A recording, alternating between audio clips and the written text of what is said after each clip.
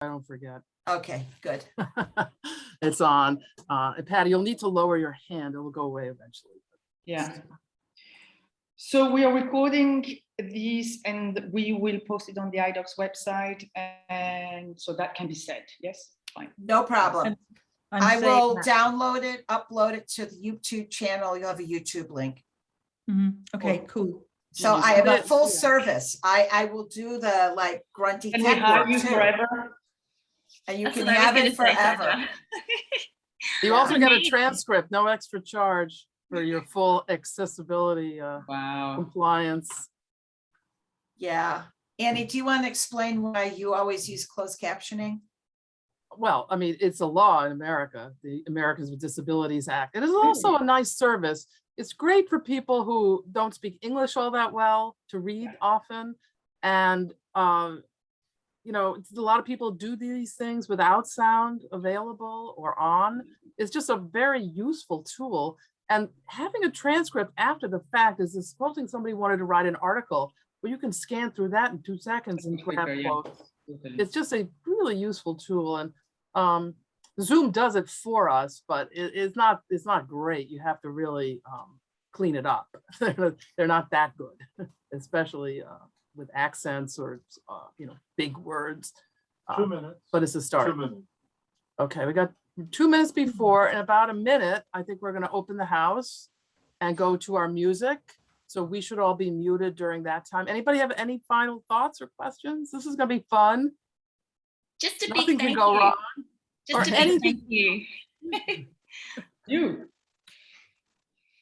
I can't wait to read this book. It's going to be great. We're only up to 13 in the waiting room, so we like to get them stacking up. I wish I could be entertaining them in the waiting room, but that's not within Zoom yet. It may be. You need the warm-up act. Yeah, exactly. That's why we give them 4 minutes of music and the opening holding slide to just settle in, do private chats with their buddies. Yeah, no, I've got a little bit of text to put in now. And will you say, Judith, to suggest that they might want to change their name? I've got put that in here. the chat. You, Please okay, check thank your you. name is as expected. Yes, and you can change it now. Quoting Mandy. Yeah, You can and change- change Wow. accordingly. Nick Triggs is replicating. Nick Trick is like he's Multiple. everywhere. He's everywhere. He's everywhere.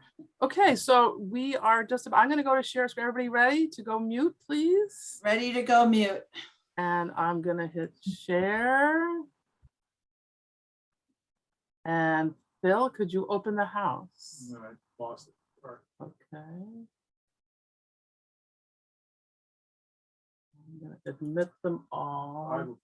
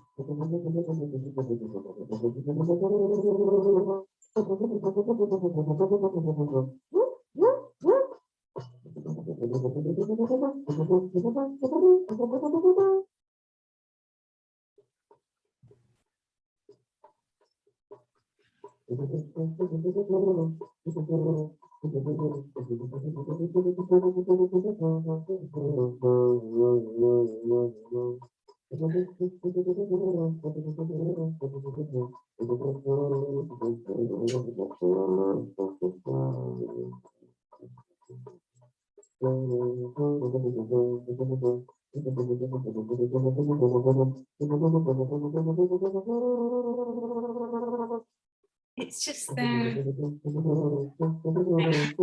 they can hear me.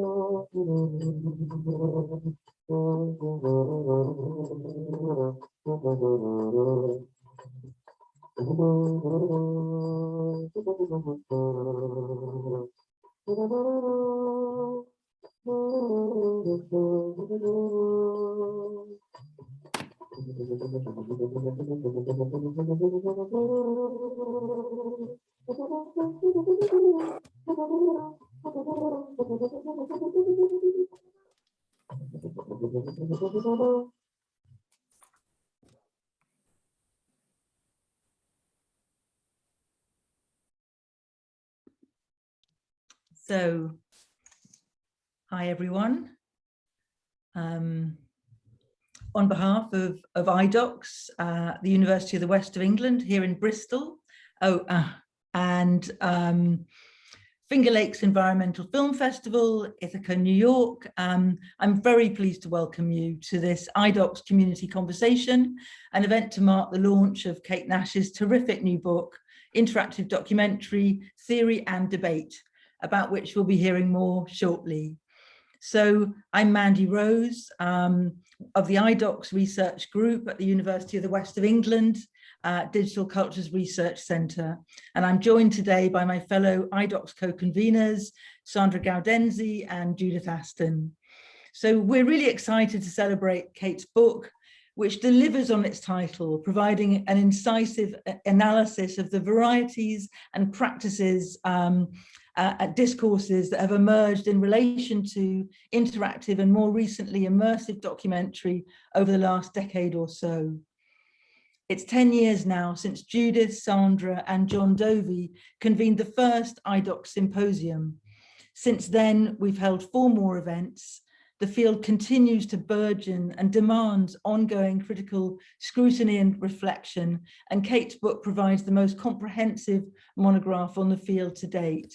I don't remember what you're talking about. I blocked that time of my life out of my brain.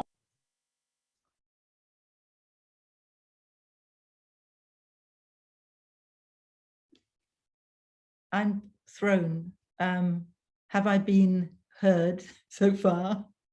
Okay, sorry, there was some breakthrough sound and it was a bit confusing. Yeah, so thinking about, 10 years of our IDOCS symposia. So we're not planning another IDOCS symposium right now. It's partly a resource issue. We don't have a research fellow to support us on one. But at the same time, with this shift that we're seeing towards remote connection, like this event we're at today, and our own commitment to minimizing the carbon footprint of IDOCS, it also feels like a time to rethink that model. So for now, we're focusing on these community conversations and on a partnership model for other public-facing work. Tonight's event is a collaboration with Patty Zimmerman and with FLEF, Finger Lakes Environmental Film Festival, and it signals that new direction. So thanks, Patty, for your generosity in working with us on this. In terms of the shape of today's event, we're going to be hearing from Kate first. She's going to offer an overview of her book's key themes. She'll then be joined by Patty, and the two of them will be in conversation for around half an hour. We'll then open to questions from attendees. Just raise a virtual hand, and Sandra, who will be facilitating, will come to you. Sandra will also pick up on questions in the chat if you'd really prefer to post your question there, but we hope to see you and to hear from you. Meanwhile, please do use the chat for comments and indeed for chat. We're in meeting format, as you can see. We enjoy the sense of a gathering that this format offers. So please do keep your camera on so we've got a feel for who's here, but please do mute your mic. And unmute, obviously, if you're asking a question. We are making a recording, as you'll have seen. We'll post that on the iDocs website in due course. We plan to finish the formal meeting at 6:30, but we'll be inviting you to stay online and catch up with us for a little while after that, after 6:30. So to turn to the main event, it gives me great pleasure to introduce Professor Kate Nash. Kate is Deputy Dean, Faculty of Arts, Humanities and Cultures at the University of Leeds. She comes from a background in media production. As I've said, she's a leading scholar in the field of the interactive documentary, as well as doing critical work on longer format documentary. Her published outputs include the 2014 collection, New Documentary Ecologies, which she co-edited. Kate offers a unique understanding of the ways in which digital media technologies and cultures are shaping and are shaped by documentary practices. She also makes a significant contribution to documentary scholarship as co-editor of the documentary studies journal, Studies in Documentary Film. So welcome, Kate, over to you. Fantastic. Thanks so much, Mandy. And it's great to see so many faces here. And I do love this kind of meeting format with the Zoom. It's fantastic. Before I get started, I do just want to say a huge thank you to Mandy, Judith, and Sandra from the iDocs team.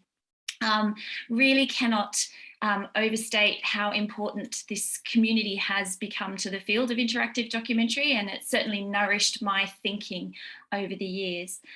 And also a huge thank you to Patty and to the team, Phil, Rachel and Annie from the Finger Lakes Environmental Film Festival, who are doing such an amazing job in wrangling this kind of crazy Zoom thing that we're all so much more used to than we used to be.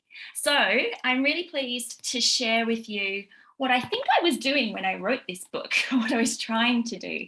Hopefully it will help you to kind of spur some debate. I'm really up for, I should say, really interested in connecting with people. So if anything I say kind of tweaks your interest or you want to take it further, do tweet me or email me or whatever you like to do. So I thought I'd just start by reflecting a little bit on how my journey with interactive documentary began. It actually began in 2009, around about 2010 was the first thing I wrote about it. And it began with this project called Go a Hippie Tribe. And I was really astounded. What I saw in the first instance was a kind of, first of all, this was funded by a mainstream screen agency. So that was pretty interesting, but it was made for Facebook. And I kind of went, well, hang on a minute, this is really, really fascinating. What is a documentary made for Facebook going to be like? And so I watched as, you know, a filmmaker connected with a whole bunch of people who had been hippies in Goa back in the day, and started to tell stories collectively as a community about that time. And I was really fascinated in, you know, immediately it seemed like there were many voices speaking, but at the same time I was kind of struck by, well, you know, how are things being negotiated in this community? And so it really seemed to me that a lot of the things that we had thought about the idea of documentary, you know, whether that's voice or textuality or social purpose, were kind of being rethought on this new social platform. And it really struck me that this was a space of experimentation with documentary.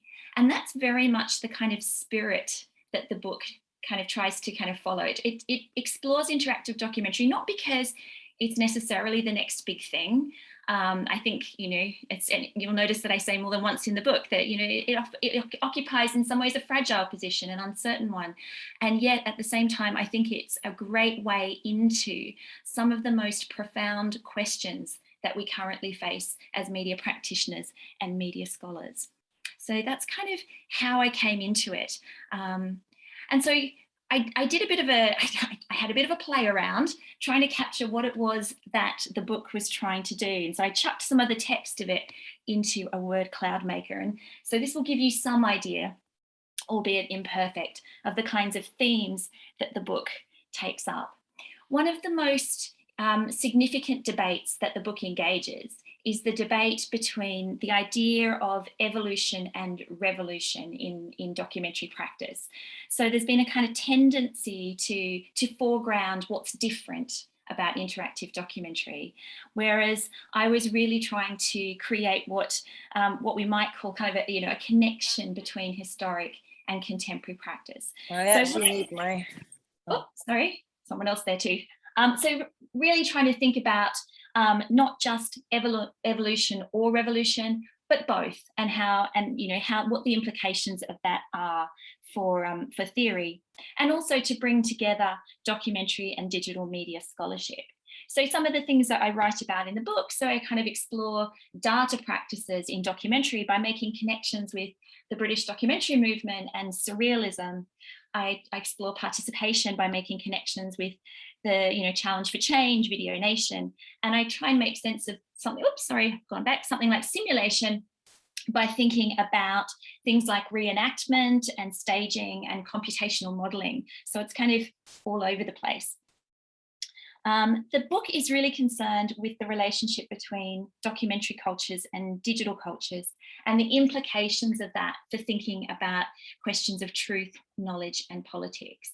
I kind of really explore the idea of reality effects. How is it that documentary kind of helps to, interactive documentary kind of helps to shape what we take as an adequate representation of reality. The idea of reality effects obviously comes from John Ellis, and he was focusing on technology and how that shapes what we think of as an adequate representation of reality. And I wanted to bring that into dialogue with some of the broader cultural shifts around how we understand knowledge and truth. So, the so-called experiential turn in documentary practice with forms of immersive media, I think are really well illuminated by ideas about the first person regime of truth that John Dovey has written about. And I think that in the current climate where there's kind of a lot of suspicion around official discourse and expertise, it's not perhaps a surprise that we're turning to forms of experiential documentary practice. So then the book has a big focus on the idea of performance, and performance for me is a really useful term for scholars of interactive documentary. It's obviously a term that has kind of a history in documentary studies, been quite key to thinking about practice and thinking about documentary as relational. And Stella Bruzzie's work there is really quite significant. It's also been really important for thinking about opportunities for self-presentation and the challenge that overt forms of performance make for truth claims. It's a term that draws attention to process and to action and to effect, but it's also a term that we can kind of find in digital media scholarship and drawing attention to the relationship between human and non-human. So those are some of the themes. The kind of approach I take is that I really try to explore the breadth of interactive documentary work. I did a rough count of the number of projects that I'm kind of referring to in the book, and it's not quite up to the 130 that Patty and Dale Hudson did in their book, but it's around about 110-ish. These are created by mainstream organizations, mainstream news organizations, broadcasters, academics, independent producers, not-for-profits, all sorts of groups. They're big, they're small, they're tiny, they're made for different platforms, different technologies. So I'm really trying to engage the richness of this work. It's the differences in form and intent and approach. So one of the key things that I've wrestled with in writing this book is, what is an interactive documentary, right? Why should we think of a game like, 1979 Revolution as a documentary? at all. I mean, we could think about it as a game, which would make perfect sense. So, you know, I really kind of come back to, I mean, I really love, there's a real expansiveness in the field of trying to embrace lots of different kinds of projects under the umbrella of interactive documentary. In the end, I come back to thinking about the questions we ask. When does it make sense to ask questions about point of view, about the claim that something makes on reality? How is it that we can make connections, and where are those connections valuable between TV and film and audio and image practice? So it is really about the diversity of the work. So, you know, when you take a project like, and I've kind of bobbed Filming Revolution, which is made by great colleague Alyssa Labau, and, you know, we think about databases and that, you know, the kind of diversity of databases. So rather than talk about the database, I kind of engage databases, plural, and explore some of the desires that databases kind of allow us to explore. So particularly the desire to kind of embrace complexity and polyvocality, which is really kind of exemplified by Filming Revolution, which really encourages us to see the 2011 Egyptian Revolution not as an event, but as a field of relationships. But, you know, at the same time, I write a lot about the way that complexity is managed in these projects and the way in which non-linearity and the computational agency of the database can be made to serve you know, dominant perspectives or reproduce simple discourses. Something like The Guardian 6x9, which is an immersive simulation of solitary confinement. You know, it's asking, you know, asking us to think about what sorts of insights can we get from, you know, an experiential engagement with something like solitary confinement. But, you know, we would often ask questions like, well, you know, what does virtual reality as a platform allow us to do in relation to understanding something like solitary confinement or any other experience?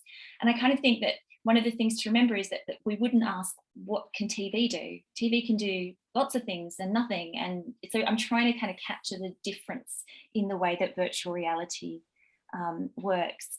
And in the case of, you know, something like 1979, I really kind of compare it to docudrama. And consider how it is that, you know, your own practices of documenting within the game serve to warrant the claims that the game makes. So it's really fantastic to kind of explore that. So I'm also really interested in questions of politics.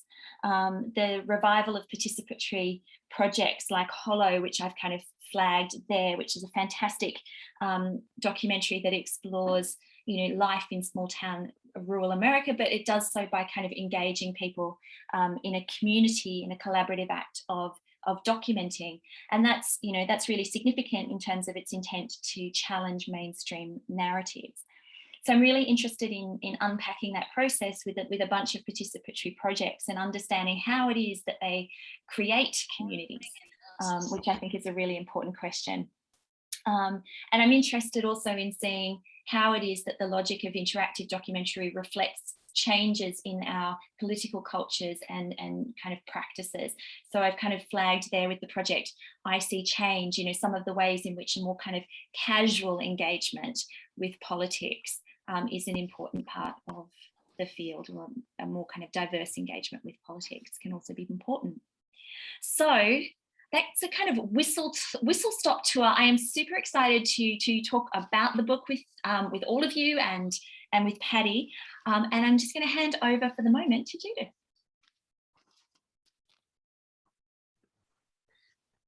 Hello, everybody.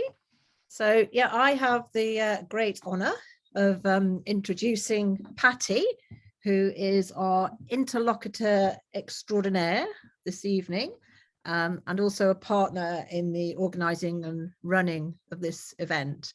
So I'm just going to briefly introduce Patty. So Patty herself is certainly no stranger to the IDOCS community. She is a treasured colleague as well as a friend. And we're all, you know, we've been delighted to be collaborating with her over a number of years now. And she's a mover and shaker, really, in the field of evolving documentary practices herself. And she's been that mover and shaker for many distinguished years. And there's there's no stopping her. She's a very passionate and committed member of our community. So she is Professor of Screen Studies in the School of Communications at Ithaca College in Ithaca, New York. And she's also the co-director of the Finger Lakes Environmental Film Festival. So there's a bio that's going to go into the chat, but just briefly, so that people who don't know what FLEF is, it is an annual multi-arts interdisciplinary festival dedicated to sharing global projects on issues pertaining to sustainability. So it could not be more relevant. Those of you who've had the pleasure of attending FLEF events will know what a brilliant director Patty is. Always makes them very welcoming and very incisive and very relevant topics. And those of you who haven't attended, I'm recommending that you look at the festival at the website, because the next festival will be in March and April of next year. And it'll be mostly virtual.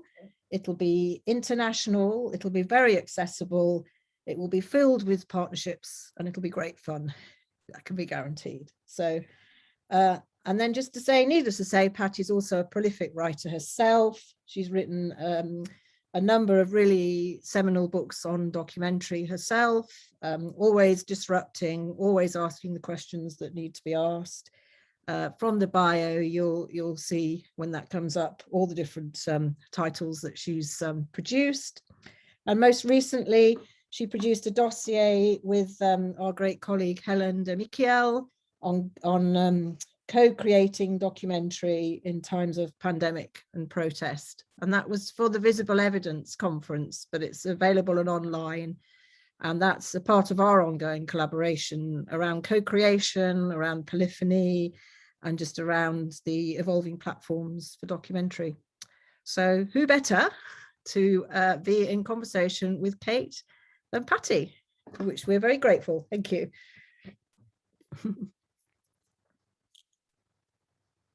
Thank you, Judith, for that very kind and generous introduction, but enough about me. We're here to celebrate this fabulous new book, Interactive Documentary Theory and Practice. And I want to show the book because I think this is really a groundbreaking book, because if you'll notice the image, it's a VR headset, which many museums are not doing anymore because of the pandemic, but the book. So it's such a pleasure to be here and to have the opportunity to kind of till the soil of this really groundbreaking book in our field. So I want to start with a simple question, and that is the title of the book, Interactive Documentary Theory and Debate. This torques the way scholars think, which is theory and practice. And as I was listening to you go through and look at the word cloud, I thought this book really materializes theory and practice, theory and debate as being entangled. So can you tell us a little about the title? Yeah, absolutely. Thanks, Patty.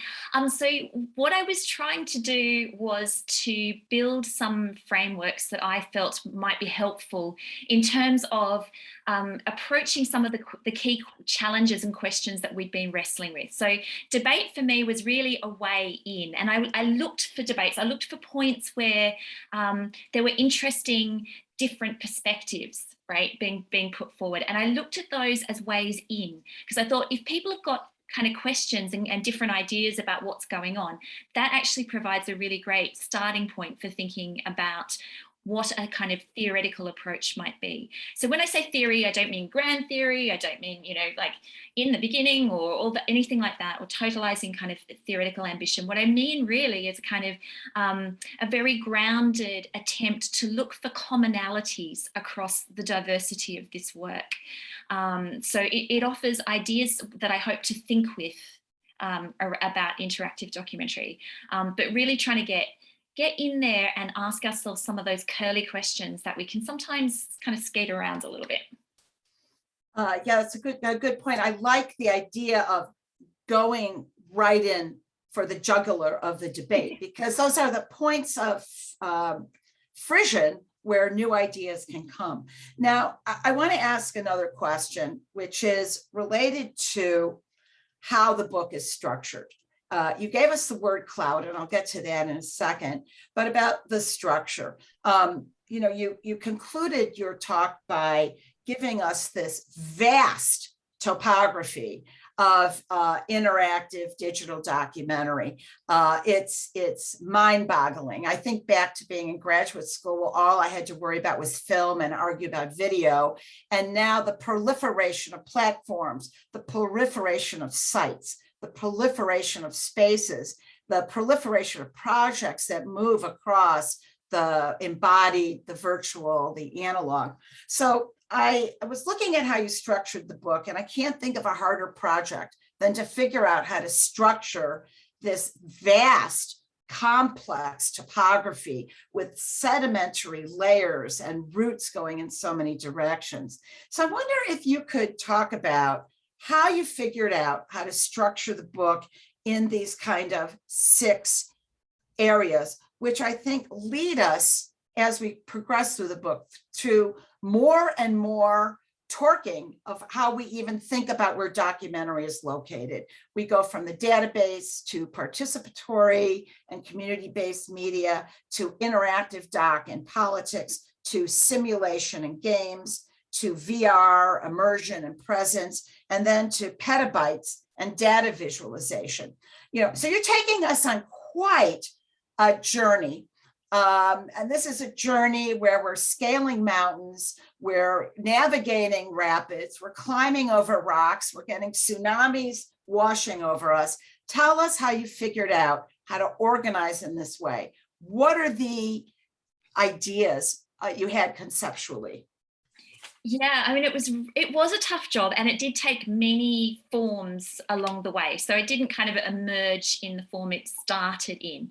But actually the first 3 chapters, which at times were 2 chapters or at times were 4 chapters, it kind of varied.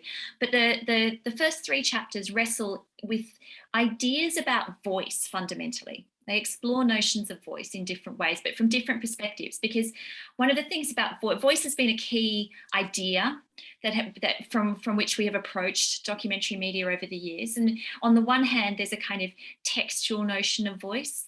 There's also a kind of notion of voice that talks about the production process and who has power within that. And then there's a form of voice that looks outward and says, well, hang on a second, what are the impacts and the political possibilities of documentary representation?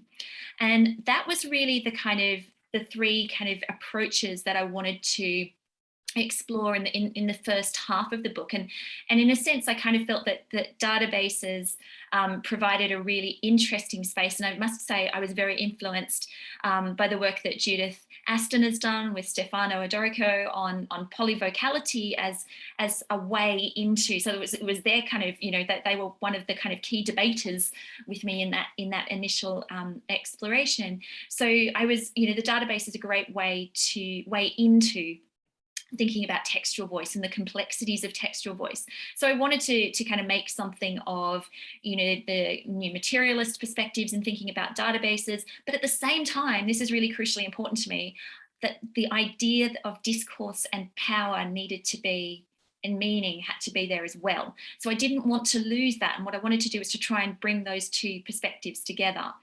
So then I kind of thought about participation and the questions there shift. So I kind of look at a bunch of projects there that and try to develop a micro-analysis of power in that relationship around interactive documentary. We can talk more about that if you want in a little bit. And then, of course, the political. And then the political, it obviously changes the question again, because now you're actually thinking about how documentary is not just about making a point, but actually providing the context in which to work towards some kind of political change. So that was kind of the first half. And then the second half really moves on to engage a whole bunch of questions that could loosely be connected to the idea of data and simulation, but again, looking at it from different perspectives, right? So rather than just thinking about it in one way, I kind of tried to approach it from 3 different kind of perspectives. So in the first case, thinking about simulation, I really wanted to engage debates about how it is that these things which are clearly not real can nevertheless engage us in ways that allow us to explore realities and what that meant about and truth and so on. And then kind of moving into a specific instance of that in virtual reality, which is a medium I've written about from the point of view of ethics quite a lot. And finally, I think data is a really interesting and underexplored part of interactive documentary practice. And I found it really exciting to kind of think about data and data visualization from the point of view of mass observation and the British documentary movement, because it kind of opens it up in a whole new way. There's lots of things I could have and should have probably included, but it knocked me out getting 6 chapters done. So that was that. Yeah, no, I want to take this and I want to ground what you just said a little bit. So much of what you're alluding to is the question of politics, discourse, and power, right? And how does documentary in all of its myriad forms migrate through that? So I wonder if we can ground this for our audience. And I wonder if you could give me a concrete example of a project from the book that focuses on this idea of politics and the question of convening publics, which you refer to. So if you could give one from the early part of the book, when we're talking about database, participatory, interactive, and then I'm going to ask you for a project in the latter part that's a data visualization. Right, so 2 projects, one kind of database, community-based, and the other data visualization, where we could swim a little more in the detail and the granularity of projects that do this. Yeah, okay. So I think convening publics is a really fascinating idea. It's one that comes from Patty's work and with her co-author, Helen de Michel, and whose work is mentioned in the book very much in relation to community media. So I'm really interested in the ways that people come together around documentary media. We think about what we mean by publics. I think it's important to kind of start there and not take that for granted, right? Because you can easily just say, well, we all know what a public is. What do we, right? So I really unpack that in the book and kind of consider what do we mean by publics. And so I talk about the circulation of discourse. I talk about a collective orientation towards shared social issues. And I talk about identity, but also I talk about challenges to identity as the basis for coming together around documentary, right? We've long thought about documentary from the lens of, what we might call a committed documentary agenda, right? We think about it mostly in its radical guise. And I think one of the things about the digital space is it kind of challenges us to think, well, hang on a second, there's more going on here. And it also draws our attention to visibility, because publics want to be seen, right? And I think that's really, really important to take into consideration. So, in terms of how different kind of media might convene publics, and I think convening publics needs further work. There's a lot of challenges and open questions around that. But in relation to database projects, I'm actually, well, you know what, I'm going to slightly twist your question there, Patty, and I'm going to start with a project like Fort McMoney, which is not a database, but it's a game, but it's a pretty early game. And the reason I want to start there is because I think that one of the things that we need to explore further is the role of interactive documentary, or the possible role of interactive documentary in the achievement of agency, right? So we tend to think of agency as something that people just have. And, drawing on the work of Peter Dahlgren on civic cultures, I really kind of unpack that and go, well, is it though? And how might interactive documentary help us to come together by actually working in the first instance to become agents? And so, like a communicative space like that game sought to create. And it's about the town of Fort McMurray. I have to get that right. It's very easy to keep saying. The game's name is Fort McMoney, and the town is Fort McMurray, and it's in Canada. And it's a game about the town, and you have to pretend that you're kind of running the show, and you have to collaborate with others to make decisions about it. And So- Kate, I'm going to interrupt for 1 second. Yeah, Can do. you just specify what the game is actually about? Because it's a very important issue.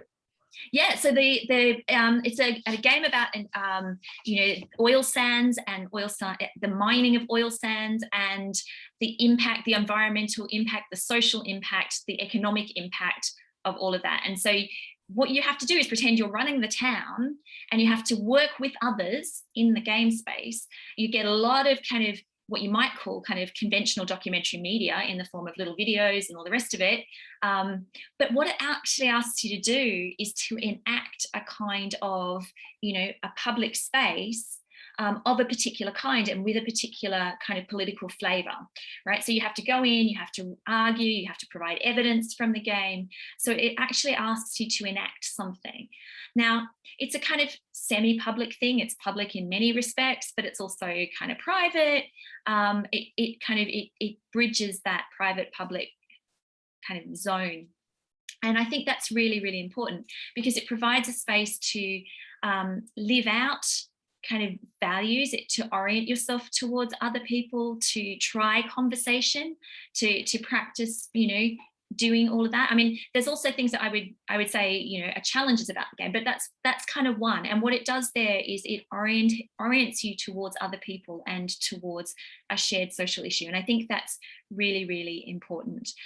When it comes to other projects, and I'm going to kind of zip to, and here, this is a data-based one, albeit a data-based one that happens in public spaces mostly, and that's Question Bridge. Now, this is a project that invites Black men to ask questions of other Black men or to answer questions asked by other Black men. It's a simple kind of dialogic idea. And I explore dialogue as a way of thinking about the convening of publics, right? Because if you go back to thinking about it, well, what do we need to do? We need the circulation of discourse. Well, this is a kind of collaborative creation of discourse. We need some kind of collective orientation. Well, in that case, this is through questions of identity, and it's the orientation towards the community.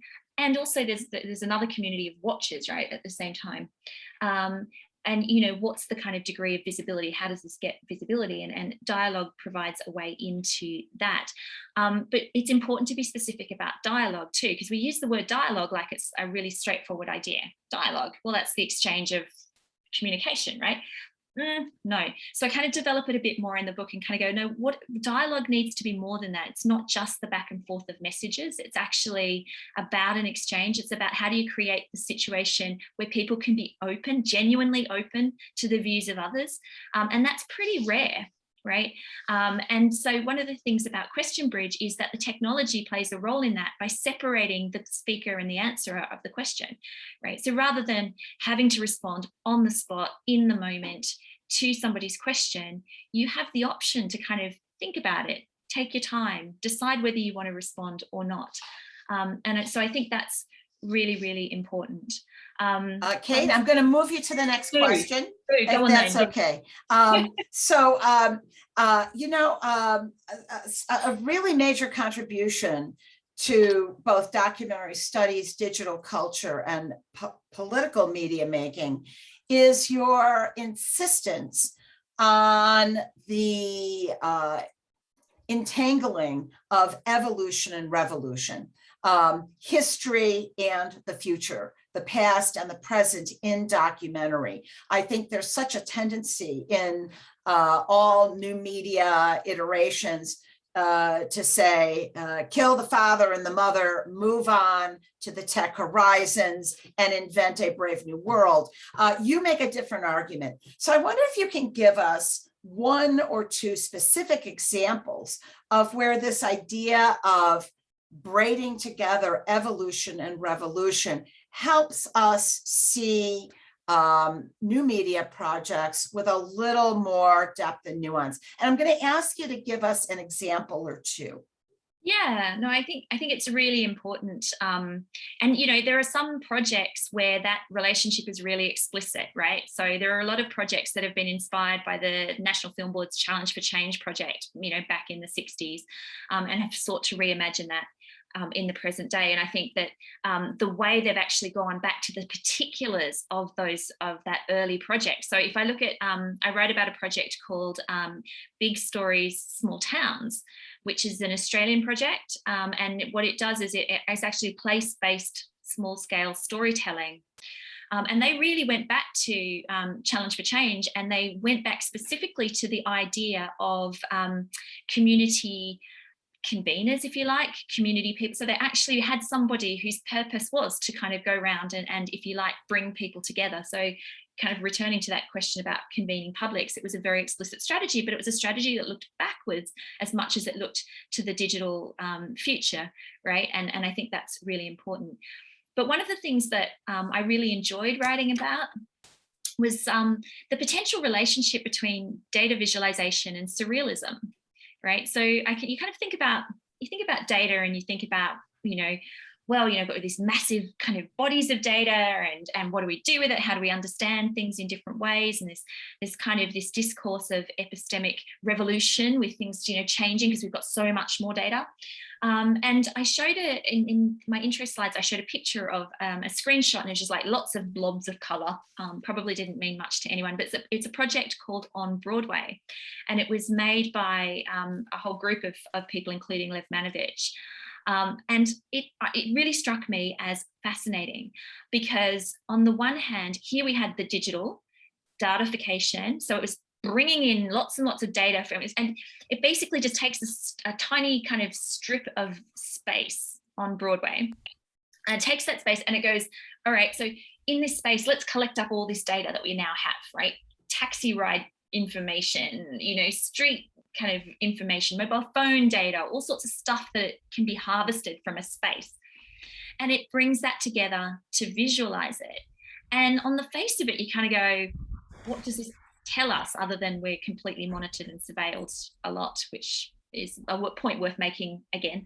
But I started to look at it through the lens of surrealism. So, you know, in the mass observation movement, in Britain, in the, you know, the kind of the 30s, the 40s, there's kind of that thinking about data and data collection and almost random data collection as a way of generating insight and inspiration, a kind of way of just thinking through data.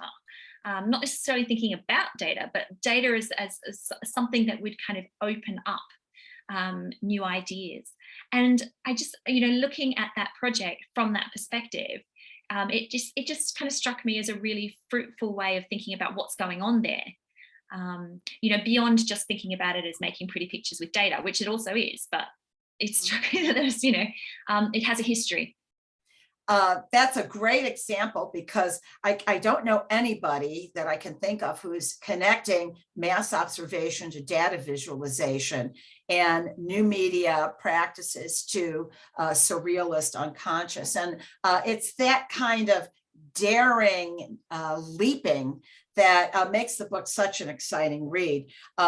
So I want to now take a leap up to a more theoretical level and ask you about some provocations I see happening in this book. So we're going to kind of move from the evolution to the revolution. And I see this book as a tilling of the soil of documentary. It's like you're going in there with a shovel and a pick and gardening gloves, and you're pulling out the rocks and the weeds, and you're trying to say, like, you know, what's here in this huge, expansive, it's bigger than a garden. I would say it's more like an American national park, or perhaps all the land in the Arctic Circle. So, you know, there's some major provocations here, which when I was reading the book, I was just so swimming in it that I didn't notice, but when I went and looked again, I noticed. So in documentary, you know, some of the major tenets are argument, evidence, explanation, and poesis, some kind of lyrical way of thinking about sound and image. And I think this book replaces those. And it replaces those with a different set of terms. It replaces argument, evidence, explanation, poesis, and I would say some vague idea of social political engagement with some other, another set of conceptual terms. And those are performativity, relationality, polyvocality, participatory, and fluidity and hybridity. And as I look at all those terms, performative, relational, polyvocality, participatory, hybridity, relational, fluidity, they are terms of movement. They're terms of constant movement and change, whereas these other legacy terms of argument, evidence, explanation, poesis are a little more static.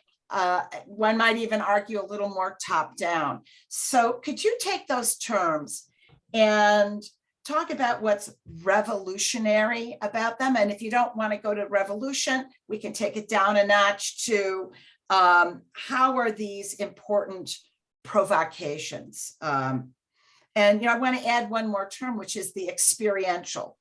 I can't think of anyone in old school legacy flatty documentary world, in the old world, talking about the experiential. So can you take us there for a couple minutes? I will do my best. I will do my best, Patty. I think what I would try and say is that what I'm trying to do is to harness it's kind of some of the inclinations from that old flatty kind of view of the world, but bring it into a space that is more about the kind of the fluid and the relational. So I'm trying to kind of connect those and bridge those kinds of gaps. But yeah, I think one of the things that is a struggle for the field is really to try and get that kind of critical purchase on a notion like, for example, relationality, right? Documentary is relational. It's always been relational, incidentally, right? We just haven't given it enough attention before. It's always been relational, and that's the insight you get from looking back in terms of history. And that relational aspect is central to the ways in which documentary makes argument and explanation and provides evidence and is poetic, right? Because it's always about the relationship between documentary makers and participants and others and technologies, and all these things have always been there. So I kind of wanted to bring these ideas to the fore and say, well, how can we think through them? And I think that's a really, really important goal of the book. But central to it also is trying to kind of get a grip on these terms and give them some backbone so that we can use them, right? So, in terms of relationality, we've already kind of touched on convening public, so I'm going to kind of park that one for the moment. But, when I talk about participation, I kind of go back through film practice and TV practice and kind of talk about the different kinds of dimensions of the way that participation is structured, and then kind of take that forward into the digital kind of realm. So, we can talk about technologies, we can talk about structures and organizations, we can talk about identities, we can talk about all these things, and then we can take them into the digital world and talk about the nature of the offer that's made to people, what are they asked to do and when and how and all the rest of it. And we can talk about the kinds of ways in which they come together with others, and to put meat on the bones there, one of the, I kind of look at Man with a Movie Camera, the global remake of that, right, which is just literally trying to remake Ziga Vertov's Man with a Movie Camera. It's a pretty old project now, but it's still really useful because it draws your attention to the ways in which these spaces are structured. And the ways in which agency is kind of given to a degree and also limited to a larger degree, managed around particular agendas. So I think that's really important. So you can go in and you can recreate a specific image from the original film in the contemporary environment, and that's kind of fun to do. But you ultimately, that's kind of the limit of it. That's what's offered to you. So I'm really trying to get at that and get at what's changed, but also what limits it. Great. And we have about 3 minutes left. I want to remind our participants on this wonderful Zoom that in 3 minutes, we're hoping to hear from you. And we ask you to prepare a question. Please raise your digital hand and my colleague Sandra will get you into the conversation. So Kate, we have about 2.5 minutes left. I wonder if we can ask you to take on this issue of these concepts of performativity, fluidity, relationality, polyvocality, participatory. You know, they sound experiential. They sound so big, right? You know, they seem like these huge concepts. You could write a book on each one of them. But I think your project in this fabulous book is really about thinking of these concepts as tools. Really tools we can use to till the soil of this very complex, emerging, robust, exploding documentary economy. So you have 1.5 minutes to do this really concisely and simply. But, you know, we have theorists here, we have graduate students, we have professional producers, we have documentary producers, and I want you to pick 3 of these conceptual tools that all of us might find useful to get through the weeds and the rocks and the mudslides of this new exciting world of documentary that has broken through the media landscape. So you get 3, and I want you to think in terms of being really practical, right? Like 3 terms that people could use, like, you know, terms as tools. So go. Oh my word. Okay, that is such a huge challenge. I am totally overwhelmed. All right, I am going to start with polyvocality. Start at the beginning. I explore polyvocality as a desire. It's a kind of horizon for our practice. It's something that has a value, something that is complex to produce, and something that we need to work towards. So how can we actually work towards that? We can look at notions of voice within interactive texts and interrogate those and look at where, I'm going to go faster, right? Okay, so how the power relationship works. Hybridity, okay, hybridity is really interesting because it means lots of things, and it draws our attention to, you know, not just hybridity in terms of digital and analog, it draws our attention to fact-fiction hybridity, with which documentary scholars have a long kind of history, so we can kind of explore that as well. Simulation, modeling, all the rest of it. Performance, a really, really key term in the book. Performance really draws our attention to the ways in which things come about. Reality comes about because of the actions of all of these different agents within the space. Okay, we're done. We have Oh to my end gosh. exactly on time. That was great. So we have the PHP toolkit, polyvocality, hybridity, performance. If people would like to know more about it and read Kate when she's not so breathless, here's this fabulous book, Interactive Documentary, Theory and Debate. And I'd like to pass the baton to my wonderful colleague, Sandra Gaudenzi now. Thank you very much. I think the discussion, since I'm here actually to open the discussion, I think we just gave the clue to this discussion, because now we need to elaborate on these 3 terms. So we're giving you a hand, Kate. We're not leaving you there alone. So first, thank you very much to both of you, Kate and Patty, for this you know, incredibly rich conversation, as we like them. This is really the moment where we would like to invite everybody to suddenly, you know, have a face again. A lot of you very nicely took the camera away so that we could concentrate during the conversation, but really we would like to see you. So please put your camera on, and we have pretty much half an hour to debate, to chat, to ask, maybe to come up with new ideas for new research, to challenge Kate, whatever it is that you want to do. In the meantime, while you're thinking, and remember just to either raise your hand and just speak openly or put your question in the chat. While you're thinking about your questions, I need to show you first that I have the book too. It's full of notes, by the way. I actually also give it to my students, that's a confession, Kate. It's 1 chapter of the book per lesson. So they need to have completed it by the end. And I think it's actually a really great opportunity, and it opens a lot of debate. So thank you for allowing this. Yeah. And I might start with my questions since I don't see too many hands up yet.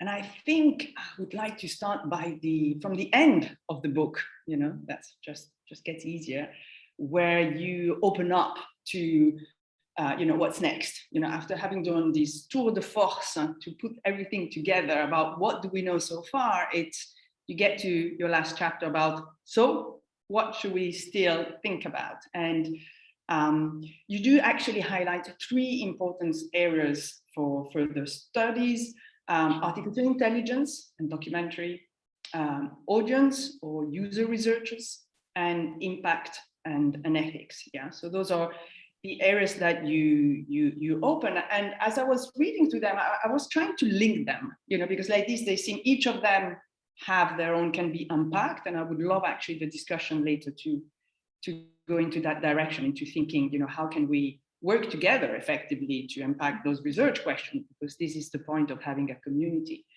But as my little personal contribution, I was trying to see if we could put together the 3 areas. And I was thinking, okay, effectively from the moment the audience becomes an active participant, and sometimes, as you say, first-person media, or can be a character in VR. So really, the audience becomes participant. She becomes exposed. She becomes exposed and vulnerable. Okay, and these raises questions of privacy, questions of consent, of safety, and those questions now are directed to the user, while before, in let's say linear documentary, they used to be directed to the subject. And with that comes a whole series of ethical questions that you ask yourself. So if this is where we're going to, my question to you is, okay, what could be done? How can, I mean, you do mention transparency as an idea to link, you know, the expectation, the ethics, and the public. This is an idea that also comes from Patricia. I never know how to pronounce the name. Oderheide. I don't know. Oderheide? Yeah. Much better than me. So you propose this idea of transparency, but really practically, what does it mean? I mean, do you have an example of someone who's done it right, who has already started thinking in that way and has linked all those issues and proposed a solution? I would love to know. You know, I don't necessarily have that, but what I can talk about a little bit is the way that they're connected and how that might open up a research kind of trajectory that might be really valuable. So I come from a background in ethics. So I was trained originally as a philosopher, believe it or not, and I studied ethics. And my PhD looks at documentary ethics from the point of view of the relationship between the filmmaker and the participant. So it was always about engaging documentary as relational, right? So and I kind of bring that perspective into this work. But what I did was to kind of start with the basic assumption that you can't engage questions of ethics by looking in the abstract at notions of right and wrong and good and evil, because the complexity of situations is always way more important and way more valuable as a starting point. So I kind of looked at, well, what does it feel like to be filmed? And I'm like, well, how does that then open up the experience, open up a new way of thinking about ethics? And so that's what I kind of did in that project. And in a sense, the relationship between audience research and impact and ethics kind of takes me back in my thinking towards that, right? So how can we actually talk about the ethics of interactive documentary? Well, my first inclination is to say, don't start in the abstract. Don't start by saying, what is the ethics of interactive documentary? Like, we can capture that. And and I probably didn't kind of reflect on this enough in the conclusion and how it could go forward. But I do think that, again, engaging the complexity of audience experience is a starting point for thinking about what might be required going forward. Because like, we assume that there are issues around privacy. We assume there are issues around all these things. But who feels that? What does that really feel like? Because when we understand what that really feels like, then we can gain insights into what might be the potential way forward. And I just think it's a richer way to think about ethics than to think about, well, we have a problem of, it's that kind of, it's a particularist orientation towards ethics rather than starting with kind of principles and, things like that. It's actually saying, let's just start by unpacking the whole thing in its complexity and thinking about what might actually help people to navigate this space. Thank you for these. I think we already have our first question from Rachel Schaff. Please put your microphone on and space is yours. Thank you so much for this fascinating talk. I'm gonna go buy your book, but I'm curious, what 3 different kinds of projects would you recommend that could be used in teaching this, especially to open up students to this kind of new terrain? Yeah, it's really interesting, and there are so many. As I say, I kind of cover well over 100 in the book, and the links are all there, so you can actually go through and explore them. And I do kind of, if you like, engage projects. There's a kind of, the logic of the book is all around these ideas, but at the same time, there's kind of a shift from thinking about form as well, so database simulation, and then kind of forms of virtual reality and data visualization. In terms of 3 projects, gosh, it's such a hard one. You've been like, like Patty was kind of challenging me to like 3 things, and kind of, oh, okay. But it's a good challenge. I like that, Rachel. So I would say in terms of engaging the breadth of databases, for example, thinking about projects like Filming Revolution, which are really kind of open spaces, projects that are made with, I can see Florian's on the call, so I'm going to give a shout out to Korsakov as a kind of platform, and thinking about, the way in which software can be harnessed to try and deliberately challenge us to think differently, right? We've got this kind of narrative inclination. So can software be a route to exploring the desire to get beyond narrative?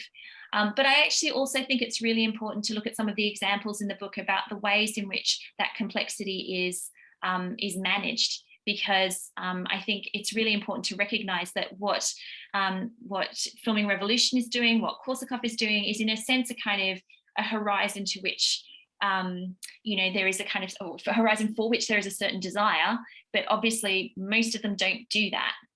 Most of them are not that. And you can't just say because something's interactive, it's therefore, kind of polyvocal or in any way kind of, challenging narrative, right? So there's lots of examples in there of projects that are narrative, but non-linear. Like we have that in film as well, right? Non-linear films that are kind of narrative. So yeah, and also I would also give a shout out to Notes on Blindness, which is a VR project, because one of the things that I really wrestle with in the book is proximity and distance in immersive projects, right? Because that, to my mind, is the key to thinking about how we can get insight into experience without necessarily kind of making that mistake of kind of assuming that we've got privileged access to somebody else's experience. Notes on Blindness is it's based on the tapes that were made by, what was his first name? His surname was Hull, but what was his first name? John Hull? I want to say John. John, yeah. And as he was going blind, so he's losing his sight, and he's reflecting on that, in these cassettes, very old school. Love it.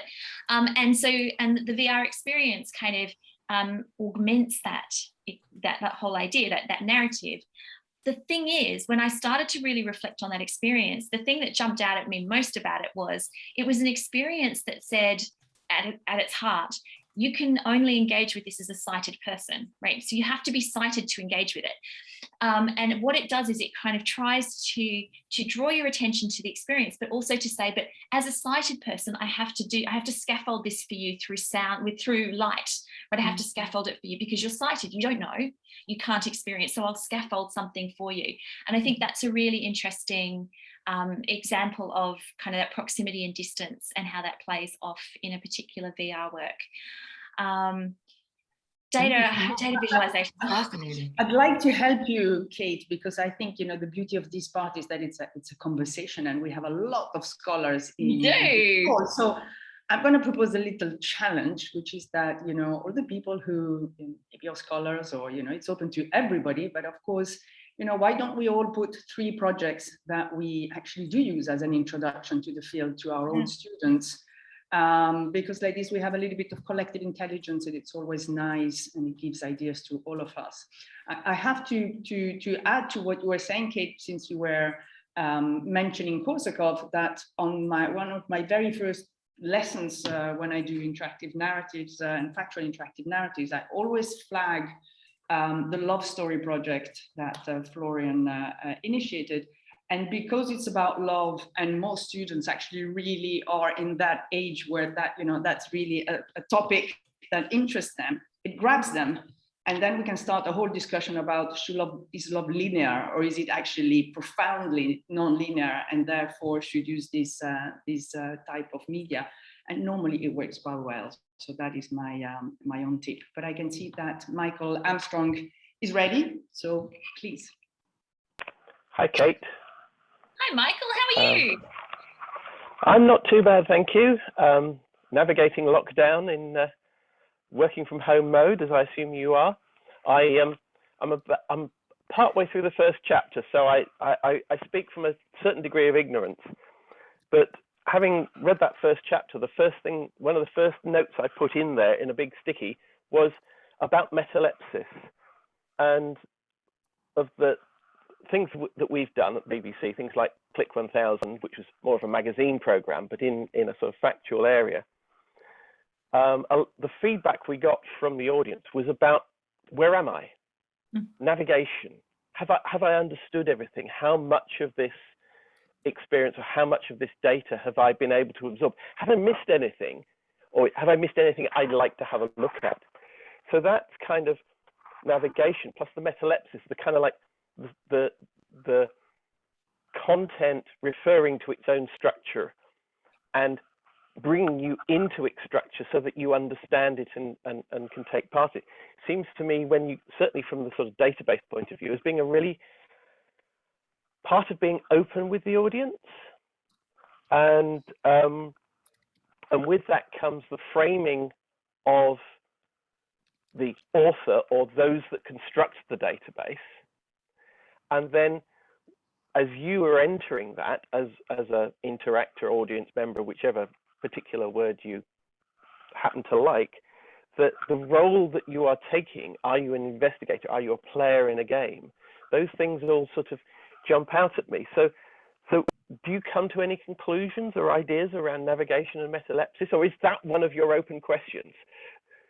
It's not so much an open question. Thanks for that, Mike. Because I really am pleased that you brought in the idea about navigation and audiences, which is something that I've done a couple of audience studies with interactive documentary, and I've really kind of I found that and a lot of the assumptions we make about audiences need to be tested out, right? So we're really great at saying audiences are more engaged. Well, some of them might be, some of them are definitely not.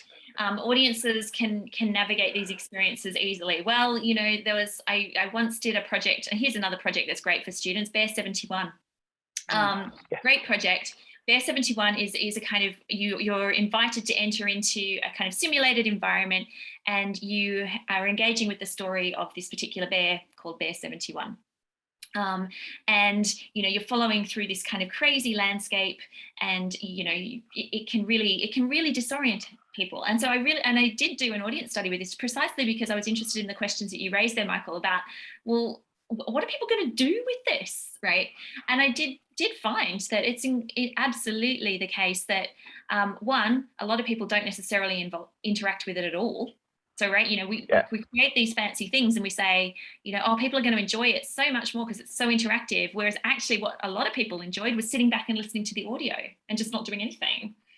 Which puts you back in flat media land again. It's definitely back in flat media land. There's a new VR version of it, so maybe it's kind of 3D flat media land. But it strikes me as no, Sandra's like, no, it's not. Doesn't really work. I mean, we had an interesting debate on that because the VR version has to take away the camera effect that the Flash version had, and actually the whole story was about suddenly being on camera. Okay. So it's interesting how changing platform has actually killed the project, I think. I did think that was the case, and that it was because you couldn't track yourself through the digital environment anymore. Exactly. But you're kind of located at the center of this visual kind of space, so you're kind of visually located within it, but you're not on par. You're privileged in your visual kind of position. Exactly. And so you're not emotionally involved, which I think makes the whole difference in the way actually speaking about impact. In that sense, it doesn't work. I'll let you finish because we have Liz Miller. I can see Liz Miller there. So yes, so in a sense, Michael, what I do is to kind of explore the ways in which architectures are made visible, and looking at that, kind of picking up on the old kind of concept of argument or the kind of presentation of information, but actually trying to give a kind of digital version of that. Thank you. Liz, you've been patiently waiting.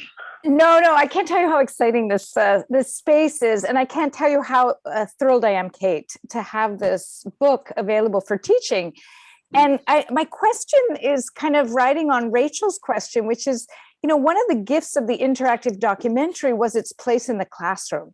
Like for 3 years in a row, I would have my students look at interactive docs all over the world, watch them, discuss them. But then we moved to part 2 in your book, which was like the VR. And suddenly the whole question of access becomes an entirely different medium. And so I just wanted to maybe ask you about how you grapple with that in your book. And then I was also thinking and now we have this kind of new moment of augmented documentary, and we've got a lot of journalism platforms which are doing these kind of one what I'm beginning to think out loud about is like the one-liner documentary or the one filter documentary. And so I'm just sort of curious about your thoughts on the ebb of access across these different platforms. I think it's a really important question, Liz. And, the book it took longer to write the book than I had hoped for various reasons. And I was writing the last kind of words just as Flash was being kind of killed, right? So I was very much kind of writing about all this and going, oh, great, excellent. So I'm going to put out this book that's going to talk about all these projects and no one's going to be able to see them anymore. And so some of them have survived. But in some ways, it's kind of a bit of a time capsule, right, for a kind of history in progress.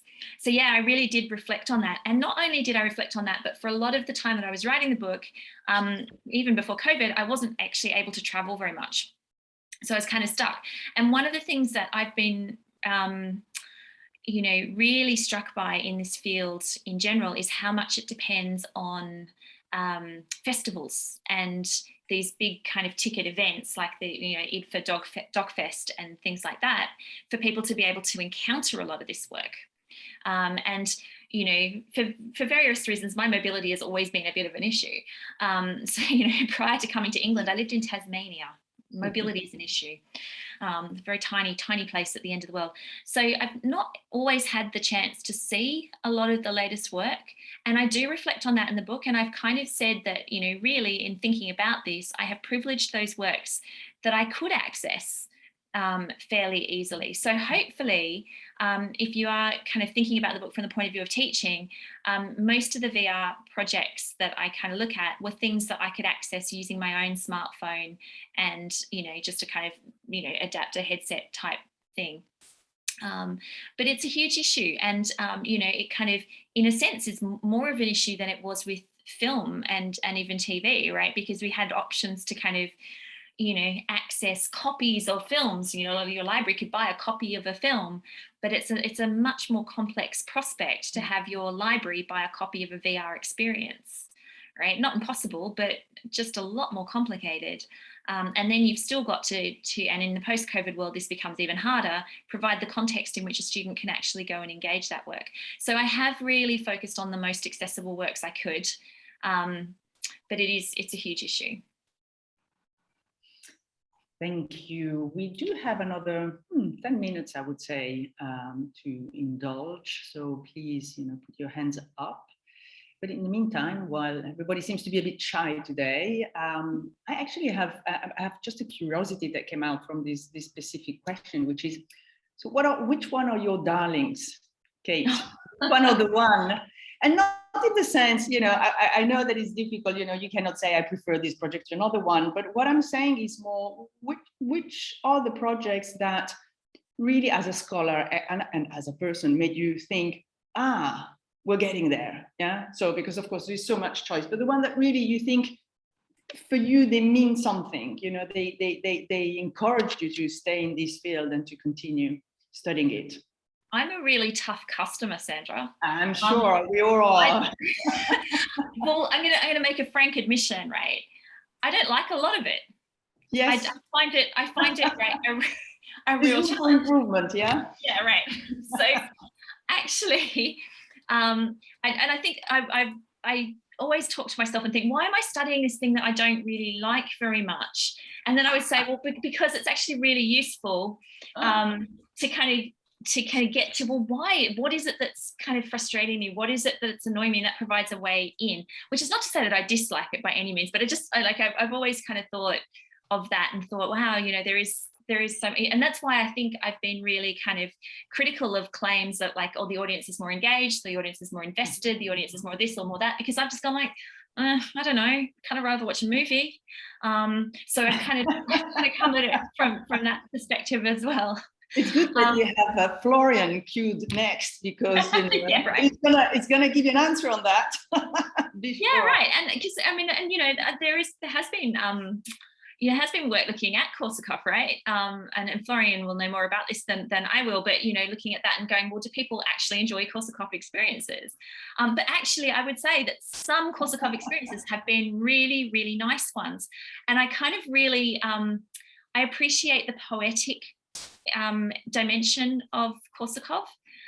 So I've cited some of Matt Saw's work in the book, his Fibonacci piece, which I really quite like, when it's kind of lyrical and poetic, and it kind of just invites me into a kind of new dimension of seeing. So I kind of really do appreciate Korsakoff. So strangely enough, I'm one of the people that can appreciate that. And I know lots of people do as well, but I do really enjoy it. I really appreciate, there are so many works that I do appreciate. I'm going to come back to Notes on Blindness, which I really did enjoy. Interesting. That's really a touching project for most people and all my students. That's one that really connects. Yeah. There's also one that I write about, another VR project, simple as that I write about in the book. And I'm going to struggle to remember the name of it. It's around testimony, and I will post it in the chat in a little while, but it's around sexual assault and survivor testimonies and kind of engaging people with that. And I really appreciate that project because it really shows for me the potential of a technology to encourage us to pay attention. So it's simple, right? It's basically a bunch of people who've experienced sexual assault talking about their experience, right? Nothing kind of earth-shattering yet. They surround you in the VR experience, right? All right. And you basically, by looking at them, you trigger them to speak to you about their experience. And the rest of it, everything's black, right? Except for these kind of faces that are looking at you, and you trigger them to speak with you by paying attention. And if you turn away and turn to somebody else, then they stop. Right. Yeah, so very effective. It's really effective, and what I found. It's a mini project, yes, in our chat. We have. I will get the name and pop it in the chat, because it's one of those ones, and it is again, it's one of the accessible VR ones. You can get it on just on your phone, and but it's important because it actually it drove home for me how you can think about what you. Mandy's got it in the chat there. Thank you so much, Mandy. I knew I would go blank on at least a dozen names of projects in the course of this evening. So we don't need to go through 1,000. I mean, it was just a tricky question to see, do you have two that are burning to come out, but it's more complex, and I get it. And we have two more questions. So okay, I will stop there. But it's a great one. Yeah. Have a look at it, because it's you have to perform attentiveness, which I think is really important. Absolutely, thank you. And the link is now in the chat. And Florian has been waiting very patiently. Your time. You need to put your microphone on, though. Oh yes, okay, good. Super. Thank you, Kate. That was a fantastic talk, and it's a great book. And Thank you for having this venue. Like when that question came up, what is your favorite film? Like when Kate was asked that, I thought myself, like what would I say? And I find that question terrible, I have to say. And then I thought of an answer, and actually, like to be honest, I have to say, my favorite projects are the ones that I made myself. Yeah. And that doesn't mean that that opens a whole other level of analysis. But I also agree that Korsakov films are hard to watch, and I would not recommend to watch them, but I would recommend to make one, because that is the key difference to making these things and having that experience. I think That's true. The difference between the two is important. I'm rushing you a little bit, Kate. You might want to answer this quickly. Maybe let's try a 1-minute answer, because Alison is queuing and we don't want to be too late. Well, I mean, I think, I have tried to make a Korsakov film and I have failed miserably. And I haven't made anything in a very, very long time. So I think you're right, Florian. And I feel like I ought to, that should just be a rallying cry to get out and get a camera and do stuff. Okay, watch this. Sorry, I have to jump in. Sorry, I have to jump in. We are actually all documentary makers right now. Everyone has a camera. Everyone is recording himself. Like we are all making. We are doing this. We are having this experience now of making a film. So this is happening. You don't have to use Korsakov for that. That's good. Thank you for saying that, Florian. Alison, please, microphone on. All right. So I was just kind of wondering, in productions that invite co-creation or for users or participants to contribute visual content, at what point does the director or producer lose complete authorship over their work? And what are the kind of legal ramifications of inviting this active participation? What are those sort of legal ramifications? Kate, you have 2 minutes. The challenge is becoming more and more difficult. Alison, 1, not an easy question to answer in general, because of course different environments, different legal circumstances and all the rest of it, and I wouldn't want to speculate.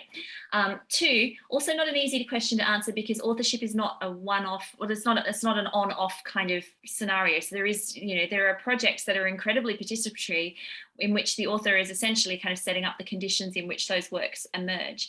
The important thing is to understand the kind of dynamics of the way in which that participation is invited, and to look at the different ways in which the participation of others is kind of structured. I don't use the word co-creation for a very specific reason, but we probably don't have time to go into that. But I do create a model of participation which draws your attention to like lots of different kinds of ways you can think about authorship. Mm-hmm. I'm pretty sure I've read a section of yours in co-creation and why you don't like the term. I'm pretty sure. But yes, that does answer my question. But drop me a line and I'm happy to kind of talk it through and bat it out with you if you fancy. Yeah, rockin', thank you. Fantastic. I don't see any new hands, and that's great, because we're pretty much, that's pretty much the end of the timing that we had for our Q&A. So we will slowly start to wrap up, because we are trying to finish by past, although, as it was said before, we will stay longer for those who want to stay. And I'm going to pass on to Mandy for some closing remarks. Yeah, well, thanks so much. Thanks, Kate. Thanks, Patty, so much for this conversation about this inspiring book. And I was thinking about something to kind of say by way of wrapping. And I was thinking about Kate's brilliant 2018 article, Virtual Reality Witness, which I imagine many of you have read, exploring the ethics of media presence. So, that article was just such an important intervention at that moment when there was all this hype going on around VR, and Kate kind of came in and kind of put VR in the kind of context of this history of documentary as a business of witness, and brought forward this brilliant idea of improper distance, which she drew on from Giulia Ricci, you know, and this idea that kind of VR collapses the sort of context awareness between yourself as a viewer and the documentary subject. And this article was just so impactful because in this context of all this hype, you know, lots of people read it, talked about it. I kept hearing about it at festivals and conferences, and I know it influenced kind of practitioners, you know, people making VR work, and really kind of caused people to kind of think about what was going on in VR in that respect. Anyway, so fast forward, sometime in 2020, Kate mails me inviting me to read a draft chapter for this book, for her upcoming book. And I kind of take a look at this, you know, a chapter about VR, and it's this chapter called Stepping into the Story for Good, which some of you may have read, Virtual Reality and Ethics in the Context of First-Person Media. And I thought, what's this? Kate's already made this brilliant intervention on VR, you know? And so I read this chapter, and, you know, as well as, you know, rehearsing some of the arguments that she previously engaged with, she also kind of came up with this brilliant move, which was to ask us to think about VR in this longer context of first-person media, and ask what happens when we think of VR alongside this kind of wider cultural shift going on, where the kind of truth is not seen as truths are not seen as valid unless they're based on first-person experience. So, you know, this kind of idea of this shifting regime of truth, and you've talked about this tonight, is kind of one of the themes of your book. But at the same time, this article, you know, is in calling itself Stepping into the Story for Good, you know, also takes very seriously the desires of producers and people who do VR, who are drawn to VR for its kind of claims of pro-social potential. So anyway, so why highlight this? I just thought I'd bring it up because, you know, where other people might have, you know, thought I'm putting together a collection for my, you know, for my book, you know, they could easily, you know, have reproduced that original 2018 article, and that would have been, so, you know, a valid thing to do and a significant thing to do. It, you know, Kate kind of, while keeping hold of important ideas in that, she also kind of pushed on. Not content with her thinking then, you know, despite the appreciation people have had for that work, she kind of pushed things forward, you know, seeking, and this comes back to, you know, things that have been discussed tonight, this idea of this kind of conceptual lens, which is a more effective tool for the critical task at hand. And in relation to VR, that's kind of something about trying to understand how come VR has taken hold so fast and decisively within nonfiction. So I guess I wanted to say, Kate, you know, your rigor is impressive, you know, your self-reflection is inspiring, and we enjoy so much and appreciate having you as a colleague in this field. So I'm raising a virtual glass to you, Kate. Congratulations on the book. Oh, shucks. Thanks, Mandy. And yeah, I'm going to hop in now. We've got a little three-way thing going. We're each going to do a toast for you, myself, Mandy, and Sandra. So I would like to toast the book. So Mandy has just honed in on one of the ideas in the book, and that was pushing forwards.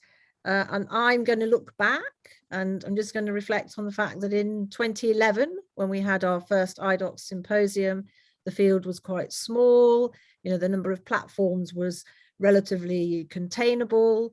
And then since then, we've had a total proliferation of approaches and platforms. And we within the, you know, myself, Mandy and Sandra have been kind of struggling to think, how do we contain this? You know, it's getting bigger and bigger. How do we convene these ongoing symposia?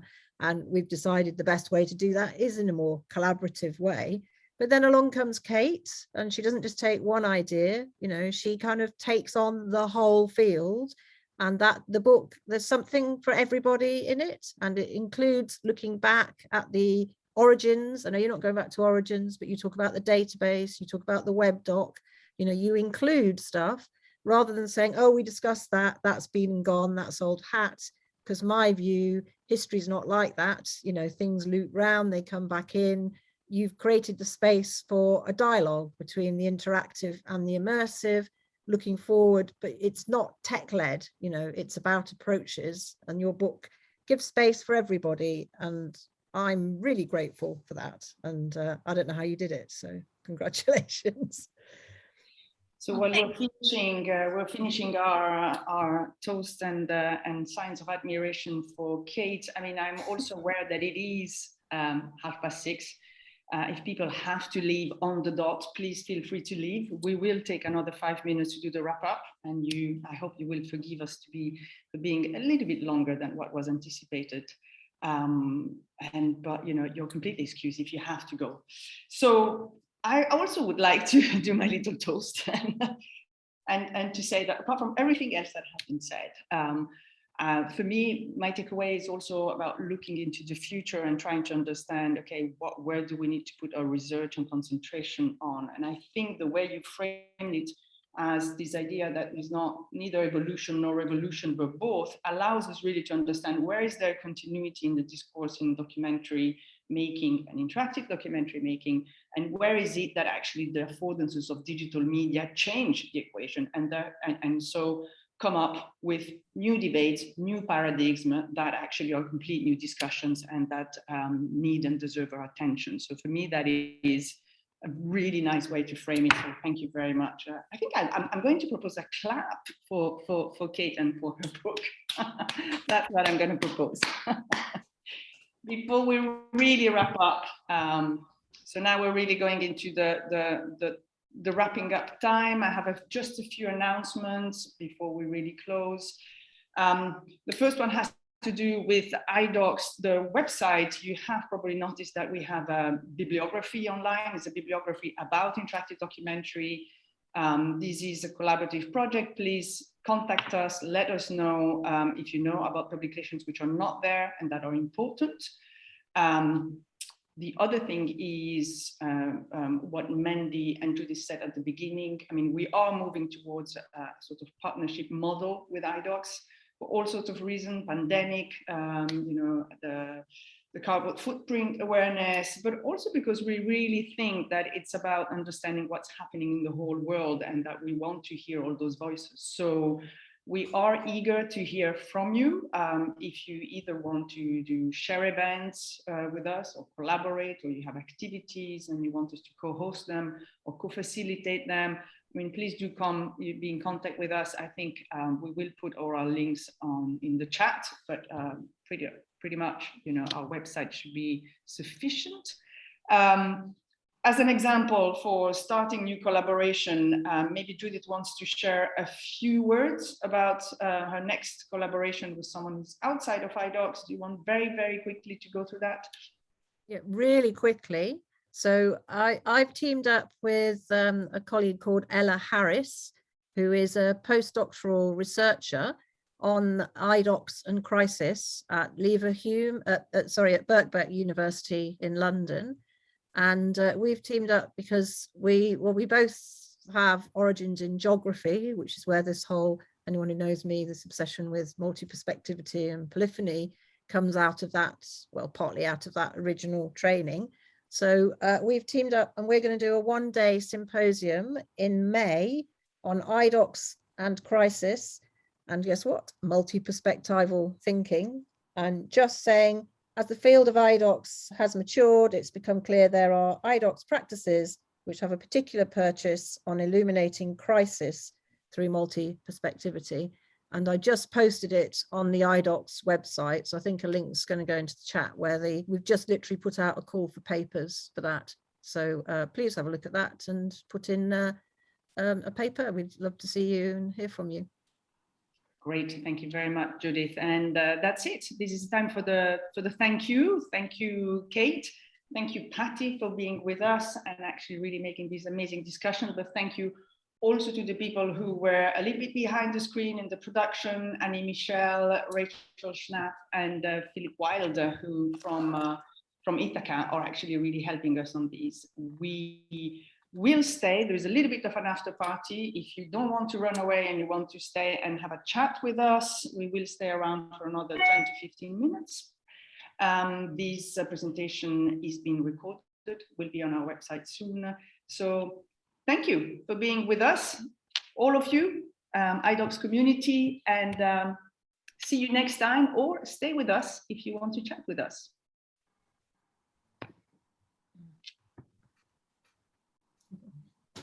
Still on till 7.